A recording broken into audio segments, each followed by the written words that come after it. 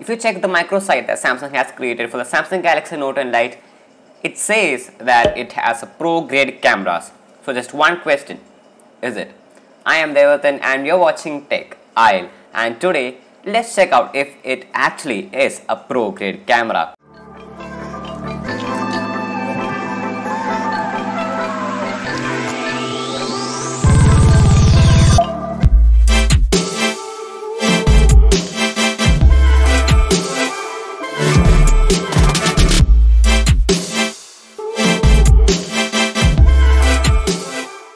So as always, let's begin with the hardware. The Note and Lite has a 12 megapixel f1.7 27mm primary sensor, a 12 megapixel f2.2 12mm ultrawide sensor, and again a 12 megapixel sensor for telephoto with an aperture of f2.4 and focal length of 52mm. The front camera surprisingly is the one having the highest megapixel count with a 32 megapixel f2.2 25mm sensor. So starting off with the daylight images taken with the main sensor, the photos are very attractive with punchy colors. The colors are just beautifully rendered. There is a bit of oversaturation which is expected from a Samsung device.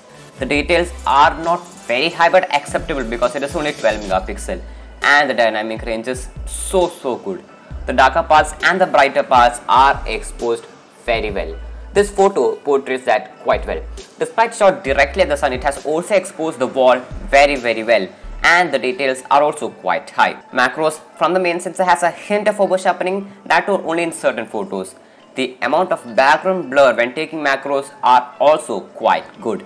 And coming to the portrait mode, the edge detection is actually quite good. If you zoom in, you can see that despite my hair being messy, it has not blurred some part of it. The skin tones were also pretty accurate. The dynamic range is also quite good when taking portraits. In portraits, OneWare provides some crazy stuff like changing the amount of blur, changing the type of blur. You can even make the subject in color while making the background black and white. You can also change the area that you want to be in focus.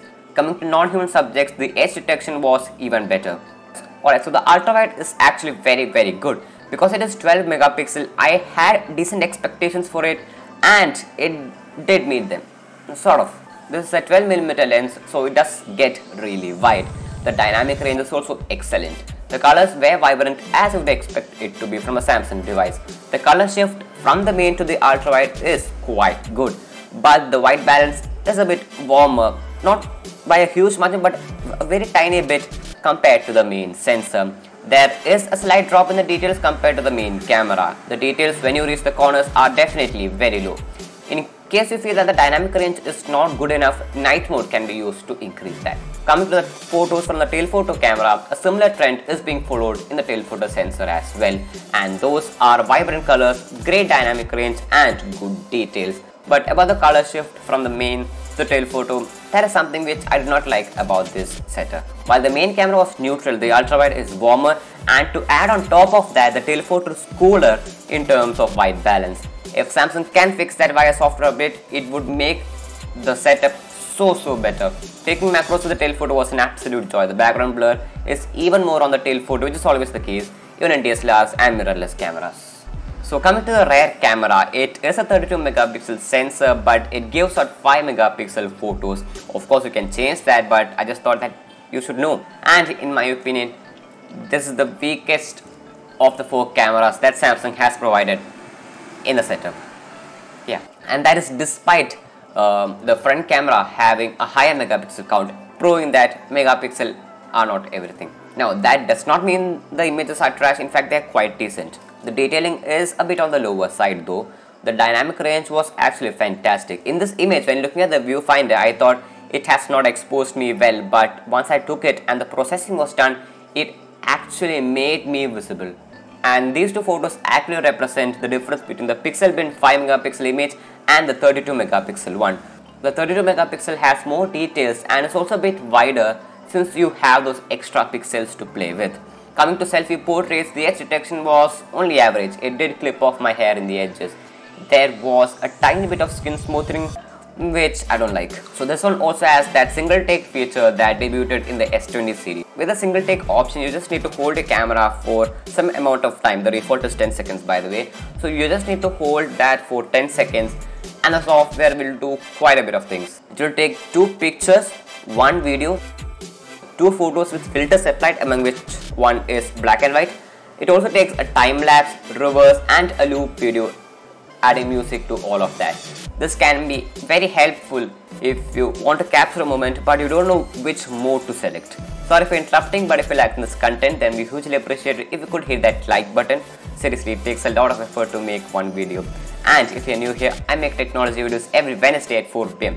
So just consider subscribing and hitting that bell icon. Thank you and enjoy the rest of the video. And coming to the photos taken in artificial and low light conditions with the main camera, the quality of the images takes a slight hit. The image is still very sharp and overall good, but the noise is a tiny bit noticeable. When completely dark, the images are quite bad. Obviously, you do have the night mode to help you there, and the night mode works for all 4 cameras, which worked fantastically. It did reduce the amount of noise and the detail level also went up. In some of the photos though, since the camera goes for a longer shutter speed, if you don't have very steady hands, the image won't be sharp. And in terms of ultrawide, the low light performance was quite a bit inferior in the ultrawide compared to the main. The images does look muddy and the details are lacking, and the noise level is also quite high. But like mentioned previously, you do get night mode on all the 4 cameras, so using that helps a lot. The details are acquired quite well while keeping the noise level also low. So the low light performance of the telephoto camera without night mode is better than the ultrawide, but not as good as the main sensor. With the night mode, the performance is of course improved. Even while using the night mode though, there was an undesirable amount of noise. So the front camera had a lot of noise without the night mode. Using the night mode, however, cleared that noise, but at the expense of details. It really smoothened my face out. So before concluding, let's quickly talk about the video. The main camera can shoot 4K at 60 fps, while the front camera, ultrawide and the telephoto can shoot 4K at 30 fps. The footage from the main camera was actually very accurate in terms of colors and white balance, and this is the only one which can shoot 4K at 60 fps. Now coming to the ultrawide, the colors were decent and the dynamic range was also quite good, but the contrast was a bit too much to my liking. I really loved the footage from the selfie camera. It made me in focus and sharp, although the dynamic range could have been a lot better. And talking about the telephoto camera's footage, I don't think the Norton Lite actually uses the telephoto for video. I say that because the footage looks horrible. It looks like as if you digitally zoomed into 2x. It is not quite sharp as you would expect it to be in photos, and it is not the same experience that I had in photos. So if the Norton Lite actually uses the telephoto for video, that footage is quite bad. So the Norton Lite has a solid setup of cameras. It had a great main camera and a quite good ultrawide and telephoto camera. Clearly the selfie camera is quite the weakness of this setup.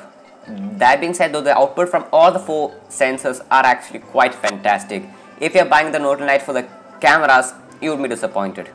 Anyway, that's it for today. Hope you liked it. Thank you for watching, and I'll see you next week. In portraits, One UI provides a crazy amount of stuff, like changing the amount of blur, changing the type of what. So coming to the front camera, it is a 32 megapixel by default. So coming to the rear camera, it is a 32 megapixel sensor, but by default it gives out